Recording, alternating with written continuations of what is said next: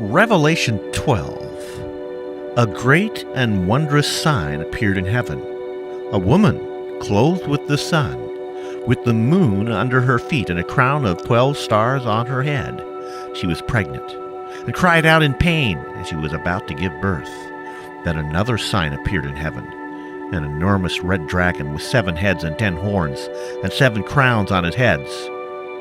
His tail swept a third of the stars out of the sky and flung them to the earth.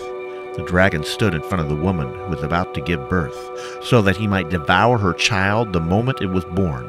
She gave birth to a son, a male child, who will rule all the nations with an iron rod, and her child was snatched up to God and to his throne. The woman fled into the desert to a place prepared for her by God, where she might be taken care of for 1,260 days. And there was war in heaven. Michael and his angels fought against the dragon, and the dragon and his angels fought back. But he was not strong enough, and they lost their place in heaven. The great dragon was hurled down, that ancient serpent called the devil or Satan, who leads the whole world astray. He was hurled to the earth, and his angels with him.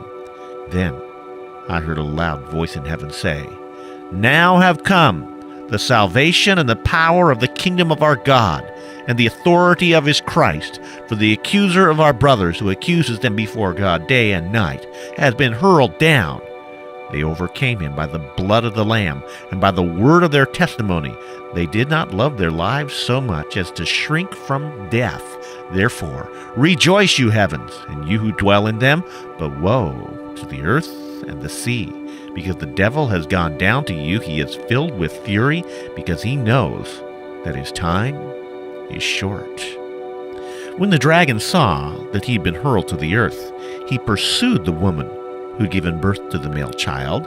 The woman was given 2 wings of a great eagle, so that she might fly to the place prepared for her in the desert, where she would be taken care of for a time, times, and half a time, out of the serpent's reach. Then from his mouth the serpent spewed water like a river to overtake the woman and sweep her away with the torrent. But the earth helped the woman by opening its mouth and swallowing the river that the dragon had spewed out of its mouth. Then the dragon was enraged at the woman and went off to make war against the rest of her offspring, those who obey God's commandments and hold to the testimony of Jesus.